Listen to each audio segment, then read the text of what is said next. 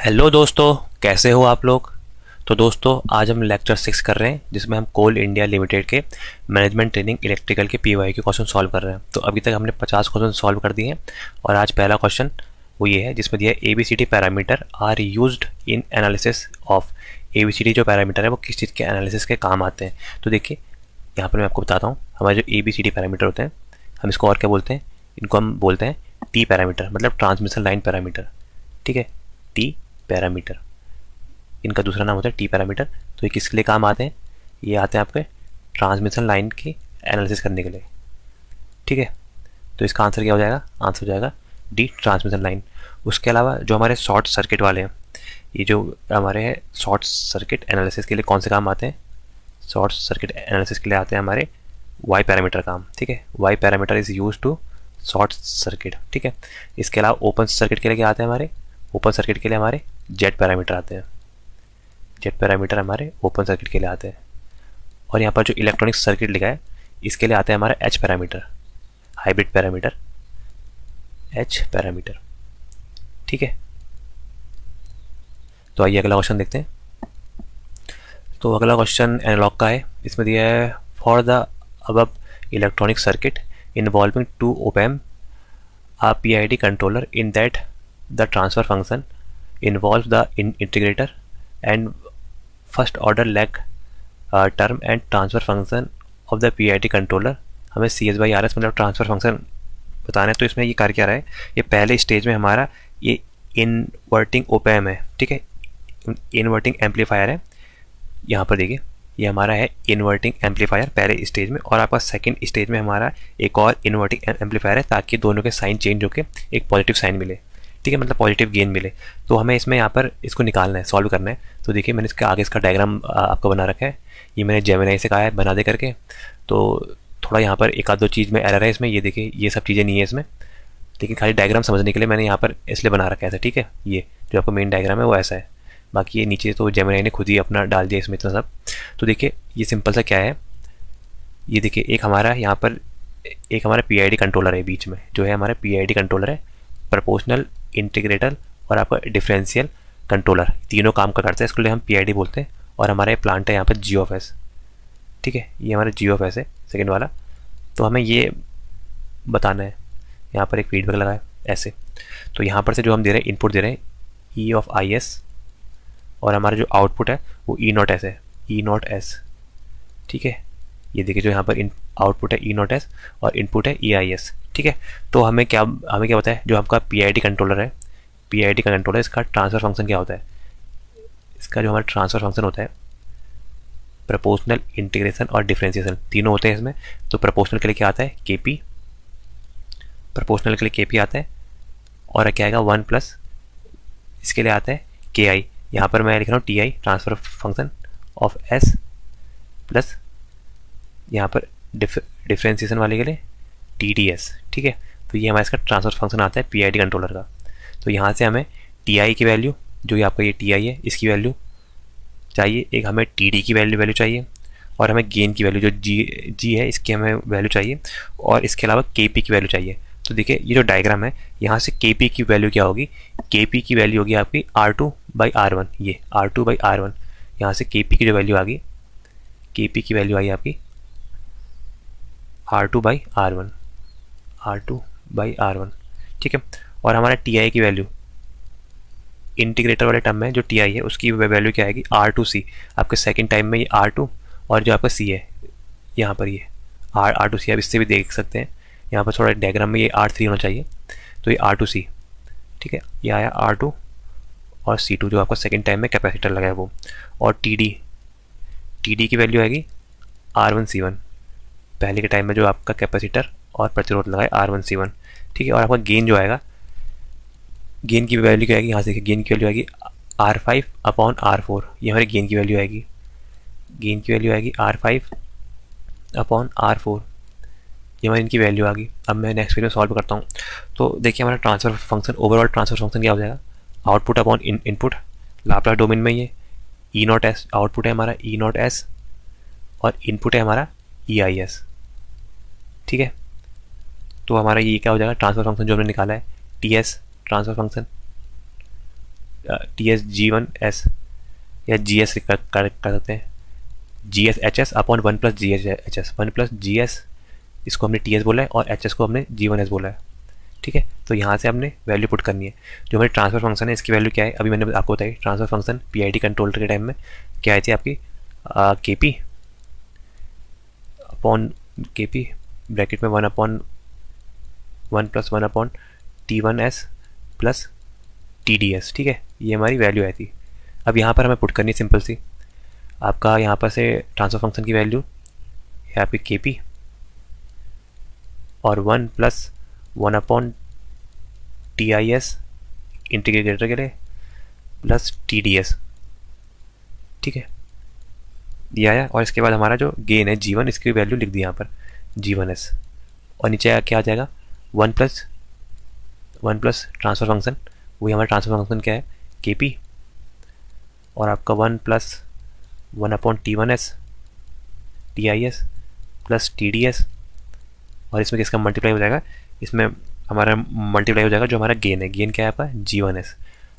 मैंने सबकी वैल्यू बता भी दी आपको क्या होगी पीछे से, बाकी इसका आंसर ये आएगा इस टाइप का, KP 1 plus 1 upon TIS plus TDS G1 plus 1 upon पूरा ये।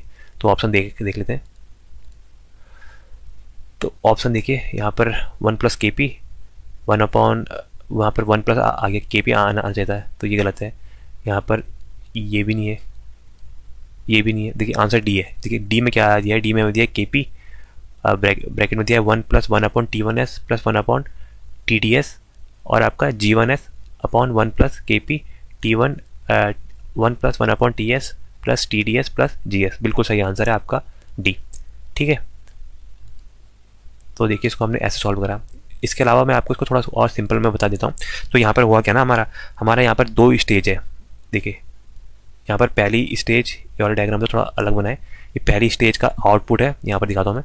पहली स्टेज का आउटपुट है ये देखिए, इसमें दिया है आपका ES, और यहाँ पर दिखा है इनपुट है E1S। तो पहले वाले का ट्रांसफर फंक्शन हो जाएगा ES अपॉन E1S। सेकंड वाले का हो जाएगा आपका, सेकंड वाला ये है। देखिए जो सेकंड वाला हमारा इन्वर्टर एम्पलीफायर लगा है उसका ये है E0S और EIS। ठीक है, तो इसका देखिए मैं आपको दिखाता हूँ कैसे निकालेंगे इसको। ओवरऑल ट्रांसफर फंक्शन जो हमारा पहला वाला स्टेज है फर्स्ट स्टेज कर देता हूँ, 1 मिनट। फर्स्ट स्टेज,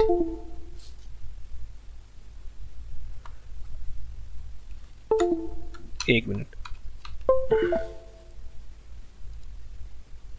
तो हमारा फर्स्ट वाला जो स्टेज है, फर्स्ट स्टेज में हमारा ट्रांसफर फंक्शन क्या आएगा, फर्स्ट स्टेज का जो हमारा ट्रांसफर फंक्शन है वो आएगा हमारा ES अपॉन EIS। ठीक है, तो इसकी वैल्यू क्या है हमारी, इम्पीडेंस के फॉर्म में दिया है -Z2 अपॉन Z1। ठीक है, और हमारे सेकंड स्टेज है जो आपका सेकंड इन्वर्टिंग एम्पलीफायर है, उसमें क्या है हमारा, उसमें आउटपुट है हमारा E0S, और उस केस में हमारा इनपुट क्या है, इनपुट है ये ES। तो इनपुट हो जाएगा ES। तो और इस केस का क्या था हमारा, इस केस का था हमारा -R5/R4। ठीक है, अगर हम ओवरऑल निकालेंगे, इन दोनों का सम करेंगे तो ओवरऑल आ जाएगा हमारा। ओवरऑल कैसे आएगा, ओवरऑल क्या निकालना है हमें, ओवरऑल निकालना है हमें आपका E0S। ओवरऑल जो हमारा था E0S output upon input, input क्या था EIS। तो इसको निकालने के लिए क्या करेंगे, हम इन दोनों का मल्टीप्लिकेशन करेंगे। इन दोनों का मल्टीप्लिकेशन मतलब पहले वाले का है हमारा ES अपॉन EIS। ठीक है, और हमारा सेकंड वाले का क्या है E0S, और है हमारा E(s). तो देखिए यहाँ से ये दोनों कट जाएगा, तो वही आ गया हमारा ES अपॉन E0S। तो इनकी वैल्यू पुट कर देता हूँ मैं यहाँ पर। तो ये आ जाएगा -Z2Z1 into -R5 upon R4। ठीक है, माइनस हो जाएगा प्लस। तो ये आपका ओवरऑल ट्रांसफर फंक्शन क्या आ जाएगा, R5 upon R4 into Z2 upon Z1। ये हमारा ट्रांसफर फंक्शन है E0S और EIS की वैल्यू। ठीक है, आप ऐसे भी देख सकते थे इसको। यहाँ पर से हमारी वैल्यू आ गई, और इसके बाद हमें यहाँ पर Z1 और Z2 की वैल्यू हम यहाँ पर पुट कर सकते हैं। देखिए Z1 और Z2 की वैल्यू क्या है, ये देखिए ये हमारा Z1 की वैल्यू है और ये हमारी Z2 की वैल्यू है। यहाँ पर से इनको पुट करके हम फिर भी ट्रांसफर फंक्शन PID कंट्रोलर का निकाल सकते हैं। ठीक है, तो आइए अगला क्वेश्चन देखते हैं हम। 1 मिनट, इसको नीचे से बिठाना पड़ेगा। ये देखिए मैंने साफ कर दिया है। तो अगला क्वेश्चन क्या दिया है, अगला क्वेश्चन दिया है फाइंड द फ्रीक्वेंसी। हमें इसमें फ्रीक्वेंसी रिस्पॉन्स बताना है, frequency response of an LTI system described by the differential equation. हमें डिफरेंशियल इक्वेशन दिया ये, इसका हमें फ्रीक्वेंसी रिस्पॉन्स बताना है। तो शायद आपको इक्वेशन साफ नहीं दिख रही होगी, मैं यहाँ लिख देता हूँ। तो ये है आपका d2/t upon dt², second order की डिफरेंशियल इक्वेशन है, ठीक है। प्लस 5 दिया है, 5 dy/dt dy/dt then plus 6 yt is equal to 2xt, ठीक है। तो इसका हमें फ्रीक्वेंसी रिस्पॉन्स बताना है। तो इसको कैसे बताएंगे, पहले हम इसको लाप्लास डोमेन में कन्वर्ट करते हैं, क्योंकि ये अभी टी डोमेन में एस डोमेन में कन्वर्ट करते हैं, देन उसके बाद फ्रीक्वेंसी में हम इसको कन्वर्ट करेंगे। तो पहले एस डोमेन में कन्वर्ट करते हैं, मतलब लाप्लास ट्रांसफॉर्म। तो d2y/dt का क्या होगा, y के वो आपके उसमें है, तो ये हो जाएगा आपका s² ys, क्योंकि पावर 2 है तो s की पावर भी यहाँ 2 आएगी, और जो आपका y है वो कैपिटल हो जाएगा y ऑफ s, प्लस यहाँ 5 जो कांस्टेंट है वो आएगा, एक बार डिफरेंशिएशन है तो यहाँ पर आ जाएगा 5s और y ऑफ s, ठीक है। प्लस यहाँ 6 है और कोई डिफरेंशिएशन नहीं है तो आ जाएगा 6, ठीक है। इज इक्वल टू यहाँ 2x का डिफरेंशिएशन कर, मतलब x के रिस्पेक्ट में क्या कर रखा है, ये आपका y ऑफ s आएगा यहाँ पर, क्योंकि y ऑफ t का y ऑफ s आएगा, तो x का क्या आएगा यहाँ पर 2x ऑफ s, ठीक है। अब यहाँ से हम y का टर्म को इकट्ठा कर लेते हैं, y ऑफ s यहाँ से हमने कॉमन ले लिया, तो यहाँ पर अंदर क्या बचा s² प्लस s² बचा प्लस 5s प्लस 6 is equal to 2x of s, ठीक है। मैं अगले पेज में सॉल्व कर रहा हूँ। तो यहाँ से हम y of s upon x of s कर लेते हैं, क्योंकि हमारा y ऑफ s क्या आया था, मैं लिख देता हूँ। y ऑफ s हमारा आया था s² प्लस 5s प्लस 6, s² प्लस 5s प्लस 6, ये हमारा y ऑफ s आया था, और x of s is equal to क्या था 2x ऑफ s। तो ट्रांसफर फंक्शन क्या होता है, आउटपुट अपॉन इनपुट, मतलब आउटपुट हमारा y ऑफ s है, इनपुट हमारा ये है x ऑफ s। तो देखिए y of s upon x of s निकालेंगे, y of s upon x of s, इसको हम निकालेंगे तो ये 2 यहाँ आ जाएगा और ये इसकी डिनोमिनेटर में चल जाएगा, मतलब s² प्लस 5s प्लस 6। तो ये हमारा ट्रांसफर फंक्शन आ गया इसका, ठीक है। ये हमारा ट्रांसफर फंक्शन आ गया एस डोमेन में। अब इसने क्या पूछा है, फ्रीक्वेंसी डोमेन। फ्रीक्वेंसी डोमेन मतलब हम s को पुट करेंगे, s को हम j ओमेगा से चेंज करेंगे। फ्रीक्वेंसी डोमेन में s को हम j ओमेगा से डिनोट करते हैं, तो हम इसको j ओमेगा से डिनोट करेंगे। तो देखिए यहाँ क्या आ जाएगा, y of j omega, s की जगह j ओमेगा आ गया, upon x of j omega, y of j omega upon x of j omega. तो ये आ जाएगा 2 अपॉन यहाँ पर j ओमेगा का स्क्वायर, क्योंकि s का स्क्वायर है तो j ओमेगा का square, plus 5 time of j omega plus 6। तो ये हमारा फ्रीक्वेंसी डोमेन में रिप्रेजेंट हो गया। क्या है यहाँ पर 2 upon j omega square plus 5j omega plus 6। तो देखते हैं आंसर 2, पहले ही 2 एक ही ऑप्शन में, हम इससे भी कर सकते थे। यहाँ आ गया 2 upon j² plus 5j omega plus 6, ये देखिए 2 upon j² plus 5j omega plus 6, ठीक है। तो आइए अब अगला क्वेश्चन देखते हैं। तो अगला क्वेश्चन दिया है आपका, a parallel RLC circuit excited by a current source, right the transfer function. तो ये जो हमारा आपको सर्किट दिया है, इसका ट्रांसफर फंक्शन बताना है हमें क्या होगा। तो मैं एक बार सर्किट यहाँ बना देता हूँ, शायद आपको विजिबल नहीं हो।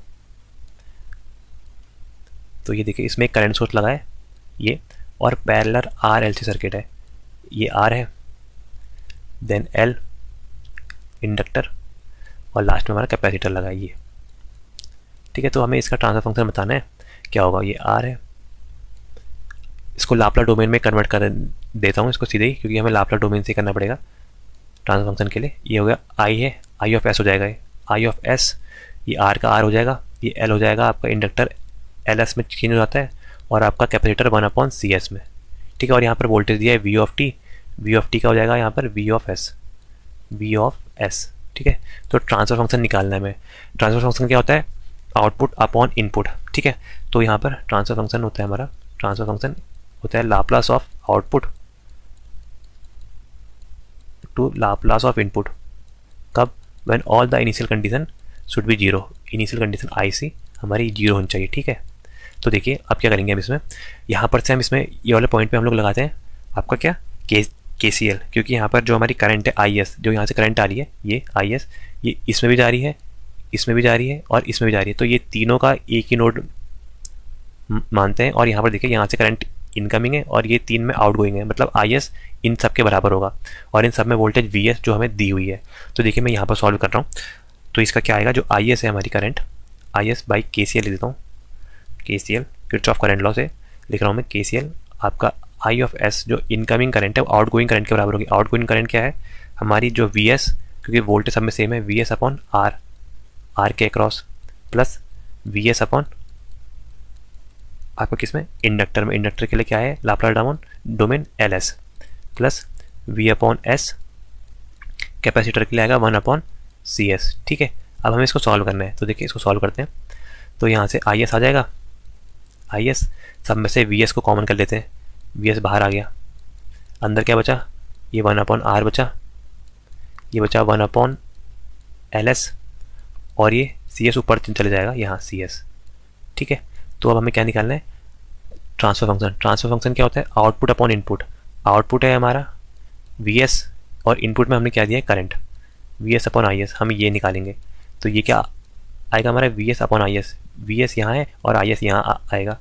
तो ये हमारा ट्रांसफर फंक्शन कैसे आएगा, ये आ जाएगा हमारा, ये LS हो जाएगा ऊपर, LS अपॉन ये इसका मल्टीप्लाई इसमें हो जाएगा, ये हो जाएगा आपका LC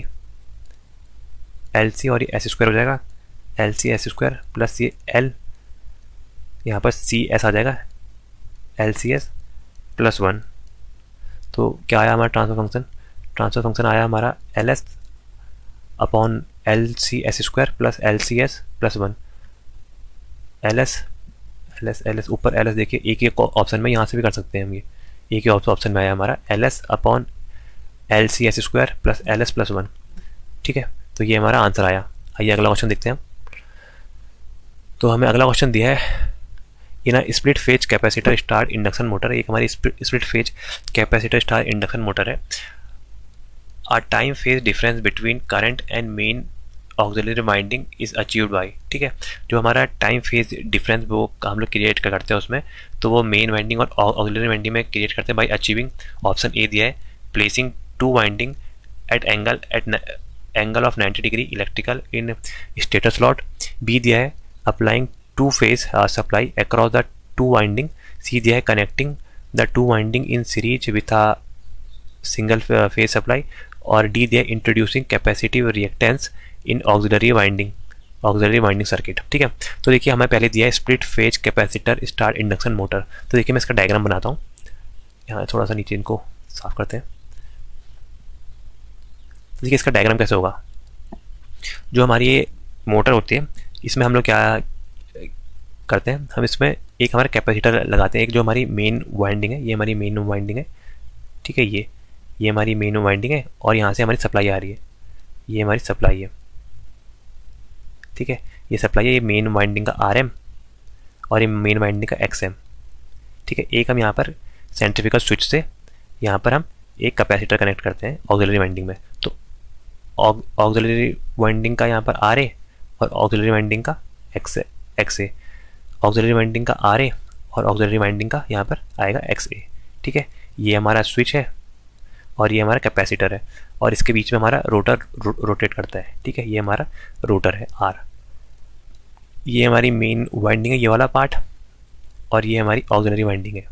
इनके बीच में हम फेज शिफ्ट प्रोवाइड करने के लिए कैपेसिटर का यूज़ करते हैं, क्योंकि कैपेसिटर क्या करता है हमारे यहाँ पर इन दोनों के बीच में फेज डिफरेंस क्रिएट करता है। देखिए कैसे करता है, यहाँ पर माना जो हमारी सब वोल्टेज है, 1 मिनट, तो यहाँ पर देखिए ये जो हमारा रेफरेंस मैंने ले लिया वोल्टेज। ठीक है, यहाँ पर वोल्टेज से जो हमारी मेन आपका वाइंडिंग का करंट है, जो हमारी मेन वाइंडिंग का करंट है वो करता है लैग। ठीक है, तो ये देखिए यहाँ पर क्या हुआ है, यहाँ पर ये हमारी वोल्टेज है, वोल्टेज से हमारा जो मेन वाइंडिंग का करंट है वो लैग करता है। अब इसके कारण हमारी मोटर स्टार्ट नहीं होती, तो हम इसको स्टार्ट करने के लिए कैपेसिटर जो यहाँ लगा रखा है इसका यूज़ करते हैं, कैपेसिटिव रिएक्टेंस का यूज़ करके हम इसको इनक्रीज करते हैं। तो यहाँ पर क्या होता है, हम जब कैपेसिटर यहाँ पर लगाते हैं तो कैपेसिटर लगाने से हमारा IM के बीच का और आई ए के बीच का जो फेस शिफ्ट है वो 90 डिग्री हो जाता है। देखिए कैसे होगा, मैं आपको दिखाता हूँ। ये देखिए जो हमारी आई एम है इसका फेस शिफ्ट आता है कुछ ऐसा। ये है हमारा आई एम और आई ए, ये है आपका आई ए ऑक्सिलरी वाइंडिंग का करंट। तो इनके बीच का जो फेस शिफ्ट आता है वो आ जाता है 90 डिग्री। तो 90 डिग्री फेस शिफ्ट होने के कारण मोटर हमारी यहाँ स्टार्ट हो जाती है, और क्योंकि स्प्लिट फेज हो जाते हैं तो ये हमारी मोटर स्टार्ट हो जाती है। और इनका जो हम यहाँ पर पैरेललोग्राम से इनका सम का करेंगे तो हमारा वेक्टर सम कैसे आएगा, देखिए ये ऐसे नीचे को आ जाएगा और यहाँ से ये वाला ऐसे ऊपर को आएगा।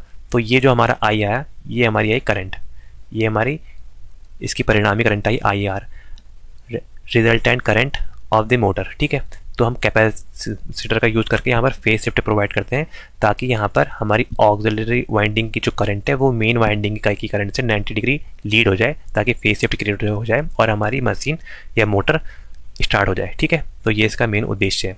तो आंसर क्या हो जाएगा, D, introducing capacitive reactance in the auxiliary winding. Auxiliary winding में हमने कैपेसिटिव रिएक्टेंस यानी सी को ऐड करा है। आइए अब अगला क्वेश्चन देखते हैं।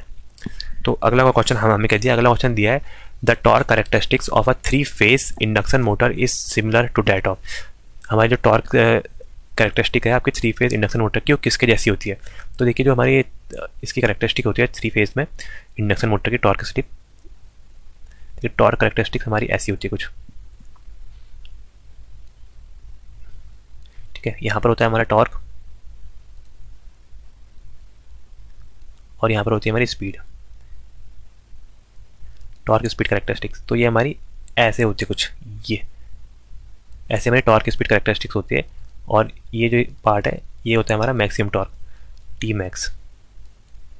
ठीक है, अगर हम आर की वैल्यू इंक्रीज करेंगे ऐसे तो हमारा मैक्सिमम टॉर्क तो वैसे ही होगा, लेकिन हमारा यहाँ पर जिस स्लिप में मैक्सिमम टॉर्क आया, ये जिस स्लिप में हमारा मैक्सिमम टॉर्क आया ये हमारी शिफ्ट होगी। ये पहले स्लिप एस थी, देन यहाँ पर S1 होगी जिसमें मैक्सिमम टॉर्क आया।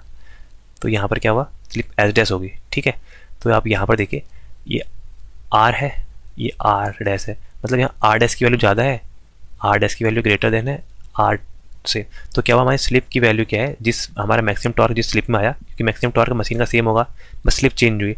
स्लिप पहले एस थी, अब हमारी एस डैश होगी, स्लिप हमारी एस डैश होगी, पहले थी एस।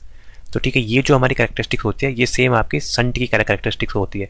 हमारा जो संट का आपकी मोटर होती है same characteristic DC shunt motor की भी आती है। देखिए ऐसे यहाँ पर टॉर्क वर्सेस स्पीड, तो जैसे जैसे लोड इंक्रीज होता है तो इसकी भी आपकी ये ऐसे डिक्रीज होती है इधर की ओर को।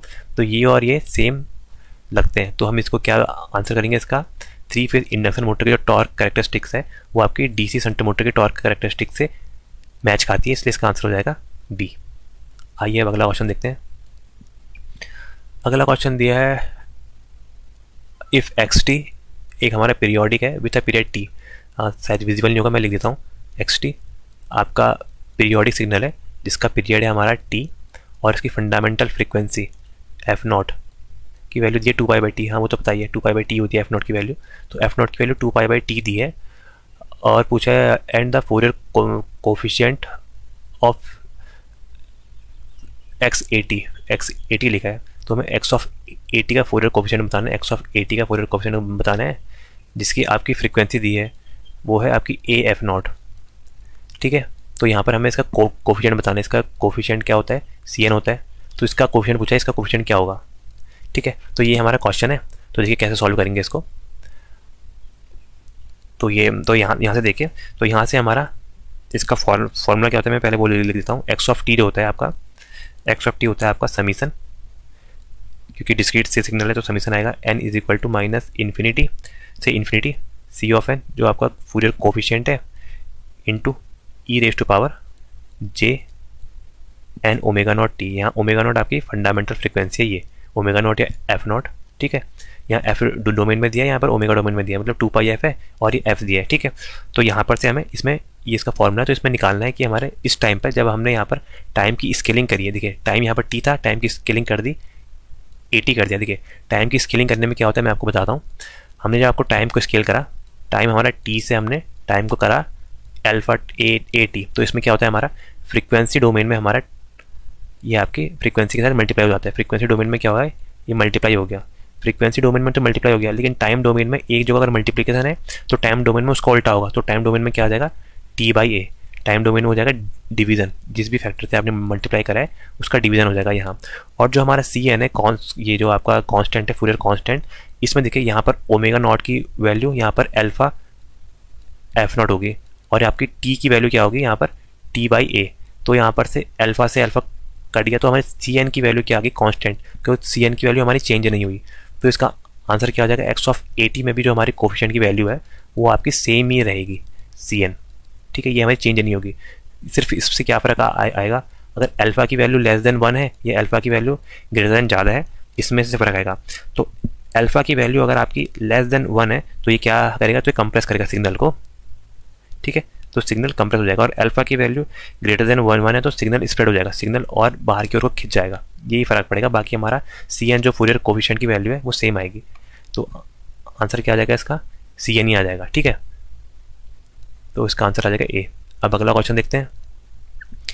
अगला क्वेश्चन हमें दिया है, ये अल्फा ऑपरेटर वाला आ गया, इसमें ए की वैल्यू दी है आपकी 1 एट एंगल ऑफ 120 डिग्री। तो which of the following is correct, तो इनमें से कौन सा करेक्ट होगा। तो वैसे हमें पता भी होना चाहिए 1 प्लस अल्फा स्क्वायर की वैल्यू 0 होती है। मैं फिर भी आपको यहाँ पर आपको दिखा देता हूँ कैसे होती करके। ठीक है, तो यहाँ पर क्या है आपकी अल्फा, मैं अल्फा लिखता हूँ। तो अल्फा है ऑपरेटर है जो आपका 1 at angle of 120 degree shift करता है। ठीक है, तो हम इसको क्या लिख सकते हैं, आपको इसको हम और अगर इसको सॉल्व करें तो आपका आ जाएगा 1 यहाँ पर कॉस 120 डिग्री माइनस जे साइन 120 डिग्री। ठीक है, हम इनकी वैल्यू पुट करके हम यहाँ पर इसकी वैल्यू निकाल सकते हैं। तो ये हमारा आएगा आपका कॉस 120 डिग्री, 120 की वैल्यू होती है -1/2 और इसकी वैल्यू होती है -√3/2। तो माइनस माइनस प्लस हो जाएगा, तो हो जाएगा प्लस j√3/2। तो अल्फ़ा की वैल्यू आ गई आपकी -1/2 अपॉन 1 प्लस j√3/2। अब अल्फ़ा स्क्वायर की निकालेंगे। अल्फ़ा स्क्वायर की क्या होती है 1 एट एंगल ऑफ 240 डिग्री। ठीक है, यहाँ क्या लिख सकते हैं 1 एट एंगल ऑफ -120 डिग्री, ऐसा भी लिख सकते हैं। तो इसकी वैल्यू क्या आएगी, बाकी सब सेम रहेगा। यहाँ पर एंगल में माइनस हो गया तो यहाँ पर जे साइन है ये भी माइनस में चला जाएगा, मतलब 1/-1/2 ऊपर प्लस था, यहाँ आ जाएगा -j√3/2। ठीक है, ये आ गया हमारा। अब यहाँ से देखिए 1 प्लस अल्फ़ा स्क्वायर की वैल्यू दिखाता हूँ मैं आपको, ये इसकी 0 कैसे होगी। तो 1 प्लस अल्फ़ा स्क्वायर की वैल्यू 0 कैसे होगी। तो देखिए 1 की वैल्यू 1, अल्फ़ा की वैल्यू हम पुट करते हैं, क्या है आपकी -1/2 प्लस j√3/2। ठीक है, अल्फ़ा स्क्वायर की वैल्यू ये है, क्या है -1/2 माइनस j√3/2। तो ये देखिए यहाँ से आपका प्लस j√3/2 और माइनस j√3/2 तो कट गया, ये दोनों कट गए। यहाँ से क्या बचा 1 प्लस ये -½ और -½ माइनस और माइनस क्या हो जाएगा, -½ और -½ हो जाएगा -1। आधे आधे में एक जोड़ेंगे तो 1 हो जाएगा, और +1 और -1 हो जाएगा आपका 0। तो इसलिए आपकी alpha plus 1 plus alpha square की वैल्यू आ गई 0। तो इसका आंसर हो जाएगा, आंसर क्या हो जाएगा इसका, आंसर हो जाएगा सी। ठीक है, आइए अब अगला क्वेश्चन देखते हैं। अगला क्वेश्चन हमारा पावर इलेक्ट्रॉनिक्स का आ गया। इसमें दे दिया चॉपर विच करंट रिमेन्स पॉजिटिव, जिसकी करंट हमेशा पॉजिटिव रहे बट वोल्टेज में भी पॉजिटिव और नेगेटिव इज नोन एज। ठीक है, तो उसको हम क्या बोलते हैं, जिसकी करंट पॉजिटिव रहे और आपकी वोल्टेज आपकी पॉजिटिव और नेगेटिव रहे, तो उसको क्या बोलते हैं, हमें ये यहाँ पर बताना है। तो देखिए इसको हम कैसे करेंगे। तो यहाँ पर हम आपको इसके ग्राफ को जरूर दिखाता हूँ। तो ये हमारा है वाई एक्सेस और ये है एक्स एक्सेस। ठीक है, तो हमारे जो आपका एक्स एक्सेस होता है इसमें हम रखते हैं करंट आई नॉट और आउटपुट वोल्टेज यहाँ पर वी नॉट लिखते हैं वाई एक्सेस में। तो पूछा है करंट पॉजिटिव, यहाँ वाले जो एरिया है इस जगह हमारी करंट होती है पॉजिटिव, इधर पर हमारी करंट होती है पॉजिटिव, और वोल्टेज पॉजिटिव और नेगेटिव दोनों हो सकती है। मतलब ये इस टाइप की बात कर रहा है, ये वाले एरिया में कौन सा चॉपर होता है, इस एरिया में कौन सा चॉपर काम करेगा। यहाँ पर देखिए करंट पॉजिटिव है और आपकी वोल्टेज यहाँ पर पॉजिटिव भी है, वोल्टेज पॉजिटिव भी है और यहाँ पर वोल्टेज नेगेटिव भी है। तो ये कौन सा चॉपर है, तो हम इसको क्या बोलते हैं, हम लोग इसको बोलते हैं आपका टाइप डी चॉपर। तो चॉपर का टाइप है चॉपर का टाइप डी हुआ है। और या फिर इसको हम एक और नाम से बोलते हैं, इसको हम बोलते हैं two quadrant type B chopper. ठीक है, हम लोग इसको बोलते हैं two quadrant type B chopper. चलो मैं एक बार आपको नेक्स्ट पेज में सारे चॉपर एक बार बता ही देता हूँ कैसे होते हैं।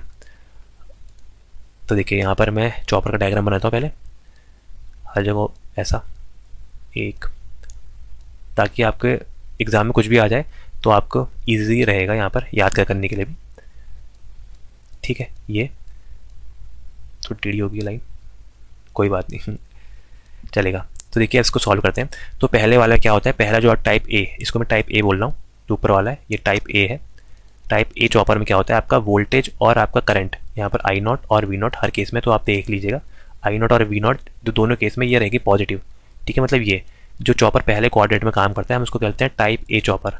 ठीक है, टाइप ए चॉपर में वोल्टेज और करंट पॉजिटिव रहती है। इसके बाद हम बता रहे टाइप बी।